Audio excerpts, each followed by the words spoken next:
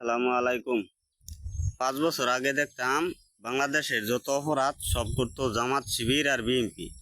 আর এখন দেখি যারা এই নিজে অপরাধ করিয়া হেরা অন্যর কাছে দোষ চাপাইয়া দিত, লোভের কারণে, হিংসার কারণে, কেউ দেশ ছাড়া কেউ বাড়ি ছাড়া।